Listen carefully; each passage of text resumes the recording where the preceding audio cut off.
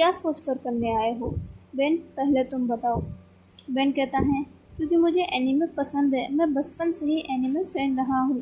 मेरा बड़ा होकर बीसीसी में काम करने का सपना है। विक्टर कहता है, ये तो तुम्हारी इच्छा है, न कि रीज़न। मात्र काम करने की इच्छा रखने से हम उस काम को करने लायक नहीं बन जाते। अपनी एबिलिटी बताओ। बेन कहता है, सॉरी, मैं एनीमे ट्रांसलेशन के अलावा यहाँ का हर काम करने में सक्षम हूँ। विक्टर कहता है, शू, अब तुम बताओ। शू कहता है, तुम्हें मेरे यहाँ आने का रीज़न पता है, तो ये फालतू के सवाल पूछकर मुझे गुस्सा मत दिलाओ, और जो मैं जानने आया हूँ वो बताओ। विक्टर खड़ा होकर कहता है, ठीक है, पर तुम ये मत भूलो कि हम यहाँ अकेले नहीं हैं। अपने कैरेक्टर में रहने की कोशिश करो। बेन मन में कहता है, ये सू कितना अजीब इंसान है। ये बीसीसी के मैनेजर से ऐसे कैसे बात कर सकता है? इसे अपनी नौकरी प्यारी नहीं है क्या? और विक्टर भी इससे इतना नॉर्मली बात क्यों कर रहे हैं? हो सकता है ये दोनों फ्रेंड हो या पहले से एक दूसरे को जानते हो। विक्टर एक बड़ी सी एलईडी स्क्रीन जो कि दीवार में लगी होती है, उसे ऑन करके कहता है, बीसीसी में सभी एम्प्लॉयर्स काफ़ी डिफरेंट वर्क करते हैं, इसलिए मैं पहले तुम दोनों को बीसीसी की कार्यप्रणाली समझा देता हूँ, ताकि तुम बाद में मेरे पास आकर मुझे डिस्टर्ब ना करो। हैरान होने की ज़रूरत नहीं है बेन, ये समझ लो कि आज तुम्हारा लकी डे है, जो तुम्हें मुझसे कुछ जानने को मिल रहा है। सू कहता है, जो इसे इसका काम बताकर निकालो ना यहाँ से। विक्टर कहता है, अगर तुम्हारे साथ ये भी कुछ जान ले तो इसमें कोई बुरी बात नहीं है। तो सबसे पहले मेरा और प्रेसिडेंट का काम, जिनसे तुम्हें कोई काम नहीं है, तो मैं नहीं बताऊँ। बिल्डिंग के फर्स्ट फ्लोर में काम करने वाले एम्प्लॉयर्स जो भी एनीमे बीसीसी खरीदता है उसकी कोरियन ट्रांसलेटिंग करते हैं। दूसरे फ्लोर में रिकॉर्डिंग की जाती है। तीसरे फ्लोर में ये जांच पड़ताल की जाती है कि कहीं कोई गलती तो नहीं रह गई। बीसीसी मल्टीपल कंपनी होने की वजह से चौथे फ्लोर में मांगा आर्टिस्ट एंड राइटर्स काम करते हैं। और पांचवें फ्लोर तभी विक्टर का फ़ोन रिंग होता है। वो फ़ोन उठाकर कहता है, जी प्रेसिडेंट, हाँ मैं देखकर बताता हूँ। सू से कहता है, 2 मिनट वेट करना। फिर विक्टर कुछ फाइल्स को देखते हुए फ़ोन में बात करने लगता है। सू खुद से स्क्रीन पर काम के बारे में जानकारी देखने लगता है। बेन पहले विक्टर की तरफ देखता है, फिर सू की तरफ, एंड फिर स्क्रीन में देखते हुए सोचता है, कल मुझे कह दिया गया था कि मुझे वॉइस रिकॉर्डिंग डिपार्टमेंट में काम करना है, जबकि अब मुझे पता चल चुका है कि वो 2nd फ्लोर में है, तो अब मुझे वहाँ चला जाना चाहिए। बेन वहाँ से जाने लगता है। तभी विक्टर फ़ोन रखकर कहता है, बेन तुम कहाँ जा रहे हो? बेन कहता है, मेरे वर्किंग प्लेस पर। विक्टर कहता है, बगैर बताए ही 2 मिनट रुको। कांगशू, प्रेसिडेंट हमें मीटिंग में बुला रहे हैं।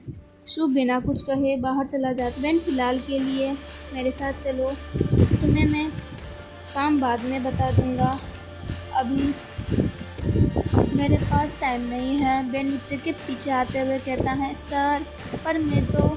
तभी विक्टर कहता है, डोंट वरी, तुमसे कोई कुछ नहीं कहेगा, तुम बस मेरे साथ रहो। अगला सीन मीटिंग रूम का दिखाया जाता है, जहां सामने प्रेसिडेंट मिस्टर कांग बैठे होते हैं और उनके अगल बगल की कुर्सियों में शू, विक्टर, बेन और बाकी प्रमुख बीसीसी सदस्य बैठे होते हैं। शू मन में कहता है, विक्टर इस नौसिखिया को साथ में क्यों लेकर आया है? परसों में काम में आते ही सबसे पहले इन फालतू के इंसानों को बीसीसी से निकालूंगा। बेन मन में कहता है, ये विक्टर मुझे यहाँ ले आया, मैं तो इस काम के बारे में कुछ नहीं जानता, मेरे साथ आज इतना अजीब क्यों हो रहा है। बधाई देना चाहूँगा हमारे 100 एनीमे पूरे होने की खुशी में। बीसीसी आज कोरिया का बेस्ट एनीमे चैनल है, सिर्फ आप सबकी मेहनत की वजह से। विक्टर अब बिना समय गवाए मीटिंग शुरू करते हैं। विक्टर, जी प्रेसिडेंट। विक्टर खड़ा होकर सामने लगी एलईडी स्क्रीन के पास जाकर स्क्रीन में हिमिसू टॉप सीक्रेट एनीमे की कुछ फोटोज़ दिखाते हुए कहता है, हिमिसू टॉप सीक्रेट एनीमे जिसे कि प्रेजेंट टाइम में काफ़ी पसंद किया जा रहा है, फाइनली अब हम उसकी फॉरेन ट्रांसलेशन पूरी कर चुके हैं। अब बस एनिमे को चैनल में रिलीज़ करने की डेट फिक्स करनी है। इस बारे में जानकारी बेन देगा।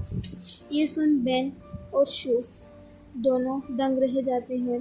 बेन आश्चर्य के साथ कहता है, क्या मैं? विक्टर, हाँ तुम। शू मन में कहता है, विक्टर का दिमाग खराब हो गया है क्या? ये नौसिखिया सबको क्या ही कुछ समझा पाएगा। प्रेसिडेंट कहते हैं, बेन ये कौन है? विक्टर कहता है, प्रेसिडेंट ये बीसीसी का नया एम्प्लॉयर है। वॉइस रिकॉर्डिंग डिपार्टमेंट में जॉब करता है। आज इसकी जॉब का पहला दिन है। कोई अदर पर्सन कहता है, तो इसे हमारे काम के बारे में क्या जानकारी? तुम इसे यहाँ क्यों लेकर आए हो? विक्टर कहता है, new angle of view and experience के लिए। चूँकि ये एक एनिमे लवर एंड व्यूअर भी है, तो ये इस सब्जेक्ट में एक अच्छा नज़रिया हमारे सामने रख सकता है।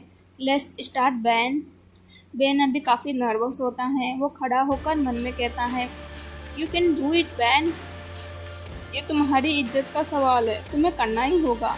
कहता है, पहले मैं विक्टर सर को थैंक्स बोलना चाहूँगा मुझे इस काबिल समझने के लिए, और आप सबको भी। मेरे हिसाब से एनिमे या फिर किसी भी अदर सीरीज़ को दिखाने के लिए संडे का दिन चुनना बेस्ट होता है। उस दिन बच्चे हो या बड़े सब फ्री रहते हैं। इस वजह से वो हमारे एनिमे को कंटिन्यू देख सकते हैं। सप्ताह में एक दिन दिखाने से चैनल वालों को ज़्यादा प्रेशर झेलना नहीं पड़ता और व्यूवर्स के मन में भी इस बात का सस्पेंस बना रहता है कि स्टोरी में आगे क्या होगा। शू बेन का सेल्फ कॉन्फिडेंस एंड अपनी बात रखने का तरीका देख हैरान रह जाता है। बेन कहता है, और बात रही एड की, तो एड हमें एनिमे के उन सीन्स के दिखाने चाहिए जिनसे स्टोरी के आगे की जानकारी दिखाई जाए, जिससे व्यूवर्स में सस्पेंस बना रहता है। क्योंकि हिमिसु टॉप सीक्रेट एक मिस्ट्री एनिमे है, तो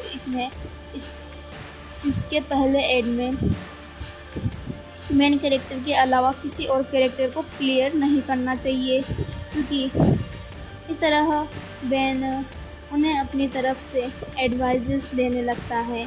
जो देख विक्टर उसके बगल में बैठे सू से धीमी आवाज़ में कहता है, किसी की एबिलिटी जाने बगैर हमें उसे नौसिखिया नहीं कहना चाहिए फ्यूचर बीसीसी प्रेसिडेंट कांग शू।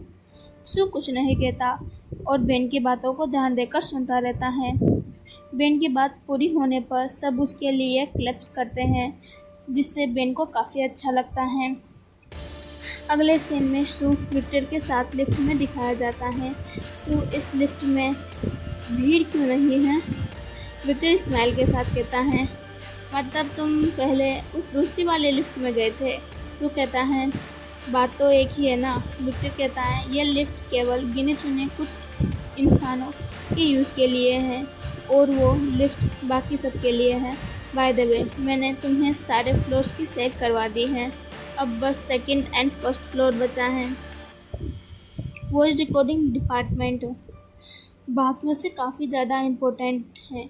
मेन काम यही किया जाता है। तुम्हें आज का दिन इसी डिपार्टमेंट में बिताना चाहिए। आखिर आज के लिए तुम एम्प्लॉयर्स जो बने हो। मैं भी फ्री टाइम में रिकॉर्डिंग के वक्त वहाँ जाता रहता हूँ। वैसे यूँ देखा जाए तो कैरेक्टर्स की वॉइस बेहद ज़्यादा मायने रखती हैं इससे। तभी शू कहता है, तुम बहुत बोल चुके हैं हो, अब शांत हो जाओ, तुम्हारा मुंह दर्द करने लग गया होगा। विक्टर स्माइल के साथ कहता है, मैं सिर्फ सोते वक्त अपना मुंह बंद करता हूँ, क्योंकि फ़िलहाल के लिए इस कंपनी का सारा बोझ भार मेरे ही कंधों पर है। प्रेसिडेंट अपनी कुर्सी छोड़ चुके हैं और तुम पकड़ नहीं रहे। रहम करो यार मुझ पर, हालत ख़राब हो रखी है मेरी। शू कहता है, मैं बस डेट के ऑर्डर का वेट कर रहा हूँ। विक्टर कहता है, वैसे ये कितनी बड़ी बात है ना कि इस कंपनी में मेरे और प्रेसिडेंट के अलावा किसी तीसरे को ये बात पता ही नहीं है कि तुम प्रेसिडेंट के बेटे और इस कंपनी के होने वाले प्रेसिडेंट हो। शू कहता है, कोई नहीं, परसों सबको पता चल ही जाएगा। विक्टर, वैसे तुम्हारी वॉइस काफ़ी अच्छी है, तुम्हें वॉइस रिकॉर्डिंग डिपार्टमेंट में पार्ट टाइम जॉब कर लेनी चाहिए। शू, बेवकूफ़ों जैसी बातें मत करो। वॉइस तो तुम्हारी भी ज़्यादा बुरी नहीं है, तुम क्यों नहीं कर लेते एक्स्ट्रा जॉब। अगले सीन में बेन को दिखाया जाता है जो कि अभी वॉइस रिकॉर्डिंग स्टूडियो में होता है।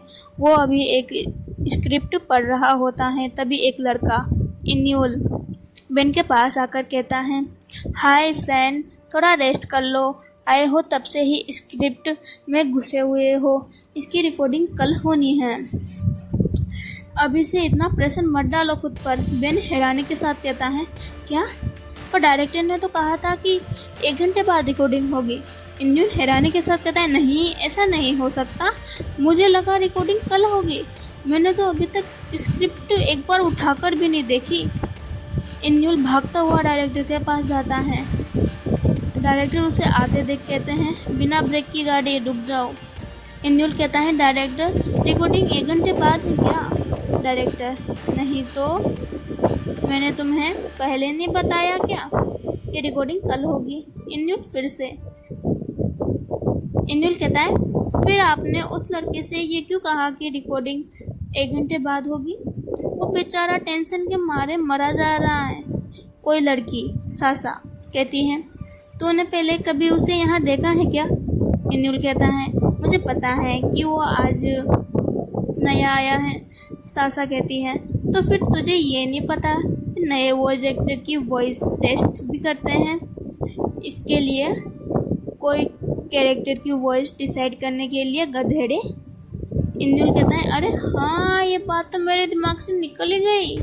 तभी वहाँ शू और विक्टर आते हैं। विक्टर डायरेक्टर से कहता है, ये शू है एंड ये भी आज से यही काम करेगा, एबिलिटी की चिंता मत करो, मैंने इंटरव्यू ले लिया है इसका, तुम तो बस एक स्क्रिप्ट दे दो इसे।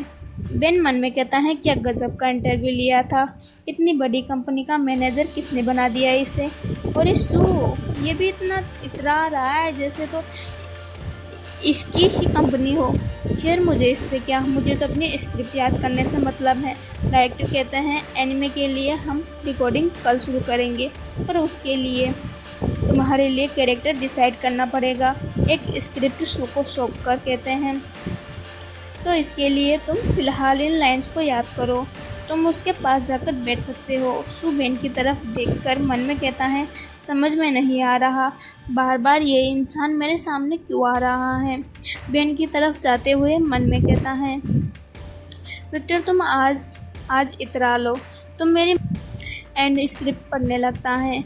इधर सासा धीमी आवाज़ में इन्यूल से कहती हैं, यार ये शू कितना हैंडसम है ना, इसे तो वॉइस एक्टर की जगह फिल्म एक्टर बनना चाहिए था, और बेन भी कम नहीं है।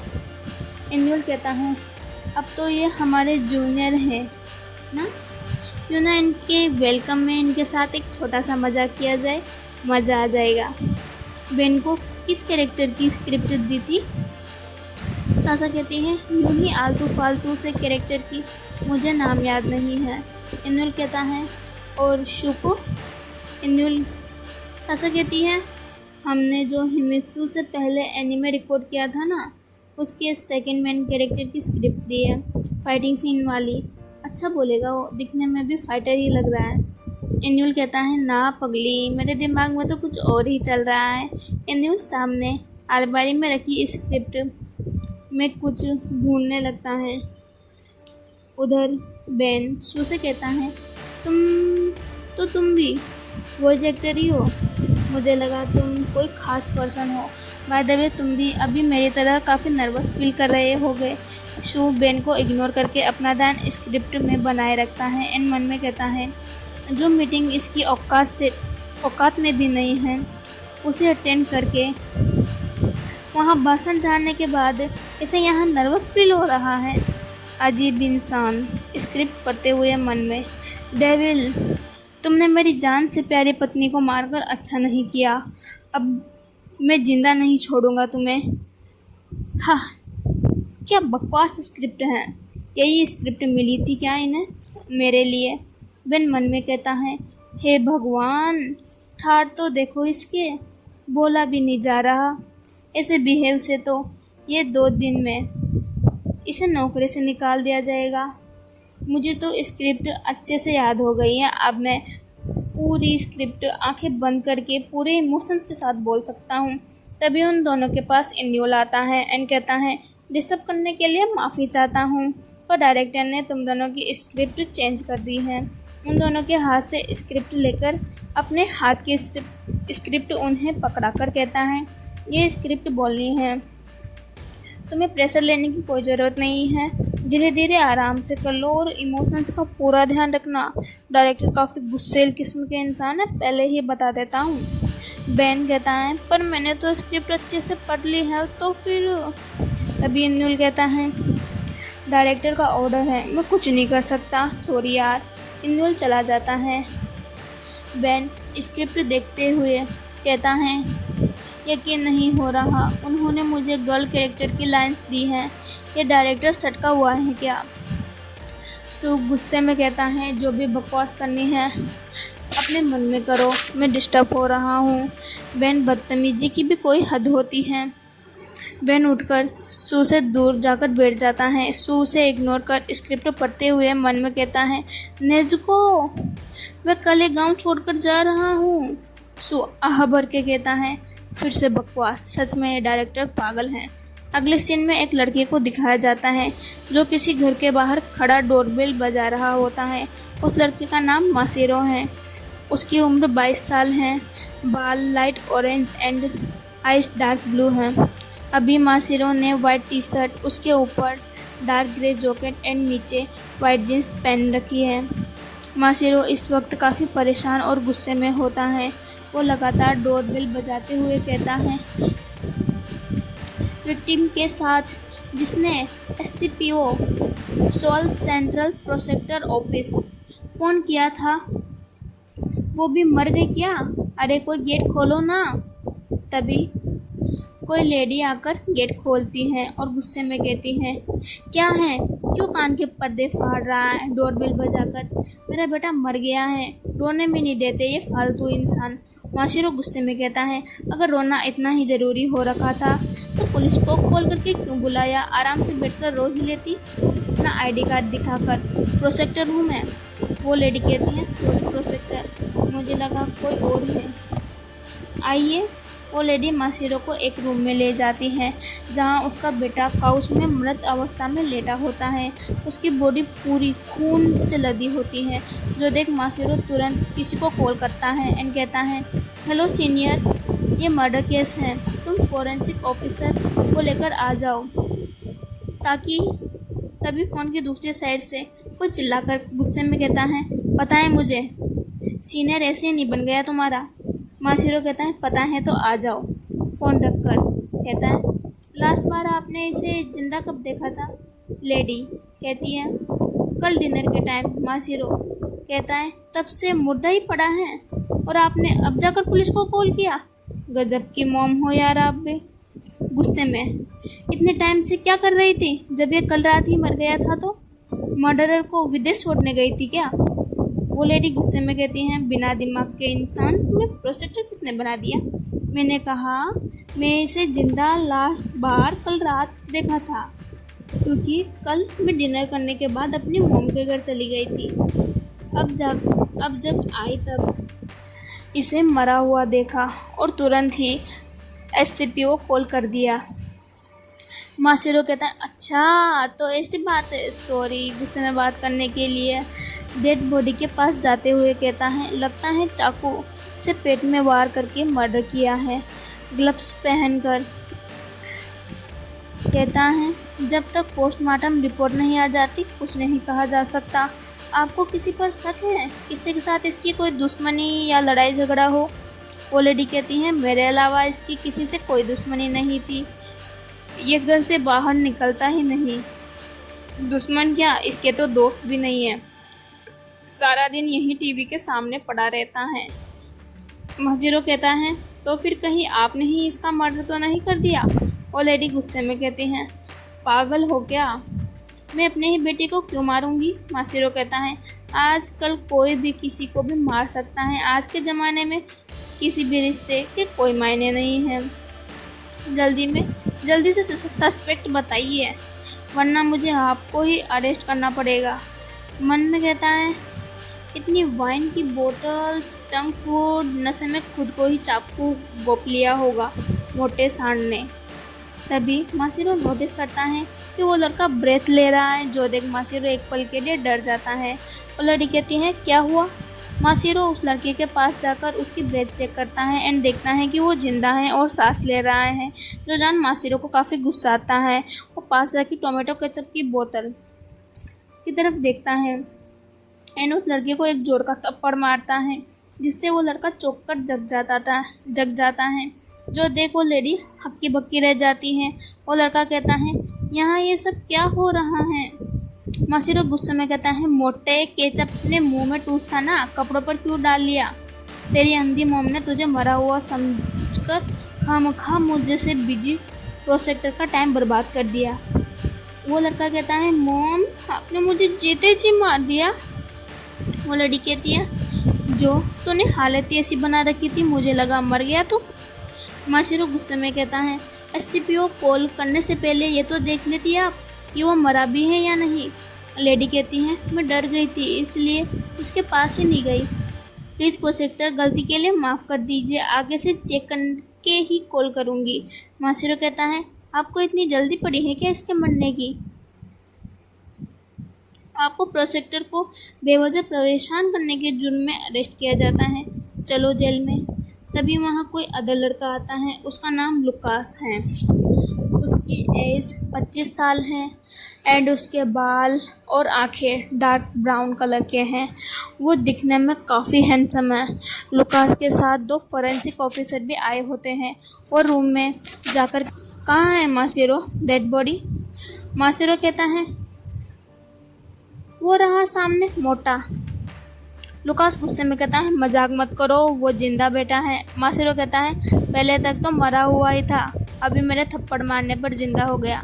अगले सीन में लुकास और मासिरो को उसी घर के बाहर एक कार के पास खड़ा दिखाया जाता है। मासिरो कहता है, मैं तो बहुत खुश था कि आज मुझे पहली बार एक मर्डर केस सोल्व करने को मिलेगा। लुकास कहता है, तुम किसी की मौत पर खुश कैसे हो सकते हो, बेवकूफ़ इंसान?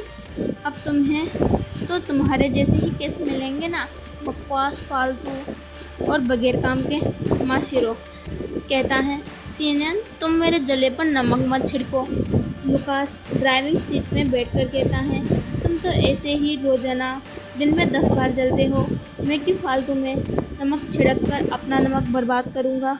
मासिरो लुकास की बगल वाली सीट में बैठकर कहता है, तुम हमेशा सारे मिस्टीरियस केस खुद लेते हो, मुझे ऐसे ही आलतू फालतू केस पकड़ा देते हो। लुकास कहता है, तुम ही आलतू फालतू हो तो तुम्हें केस भी आलतू फालतू ही मिलेंगे ना। मासिरो, ज़्यादा हवा में मत उड़ो, एक दिन तुम्हारी जगह मैं ही छीनूंगा। तुमने कौन से 100-200 केस सोल्व कर रखे हैं? बस गिनती के 10-5 केस ही तो सोल्व कर रखे हैं। लुकास कहता है, हाँ, जो तुमने तो एक भी केस सोल्व नहीं किया ना आज तक, पहले एक केस सोल्व करके बता दो, फिर मेरी जगह लेना। मासिरो कहता है, तुम मुझे कोई केस देते ही नहीं तो मैं कैसे सोल्व करूं? लुकास कहता है, मैं क्या तुम्हारे आँख, कान और मुंह बंद करके रखता हूँ? तुम भी तो मेरे साथ ही रहते हो, कर लिया करो ना मुझसे पहले केस सोल्व। मासिरो मन में कहता है, करता तो मैं ही हूँ केस सोल्व, बस तुम मेरे सीनियर होने की वजह से मेरे इकट्ठा किए सबूतों का यूज करके मुझसे पहले मर्डर का नाम बताकर सारा क्रेडिट खुद ले लेते हो। मासिरो कहता है, अभी मुझे प्रोसेक्टर बने कितने दिन हुए हैं, देखना मैं धीरे धीरे तुमसे भी बहुत आगे निकल जाऊंगा। मन में कहता है, फिर लूँगा मैं तुमसे अब तक के मेरे सारे बदले, देखना एक दिन मैं ऐसा केस सोल्व करूँगा कि पूरी कोरिया में फेमस हो जाऊँगा। बस अब एक अच्छा सा केस मेरे हाथ लग जाए। इसके हाथ लगने से पहले अगले सीन में बीसीसी कंपनी के 2nd फ्लोर के स्टूडियो में डायरेक्टर को दिखाया जाता है, जो इन्यूल से कहते हैं, अब उन दोनों की रिकॉर्डिंग रूम में ले आओ ताकि उन्हें भी उनका काम बताकर किसी एक कैरेक्टर की स्क्रिप्ट पकड़ा दे। इन्यूल उन दोनों के पास जाकर कहता है,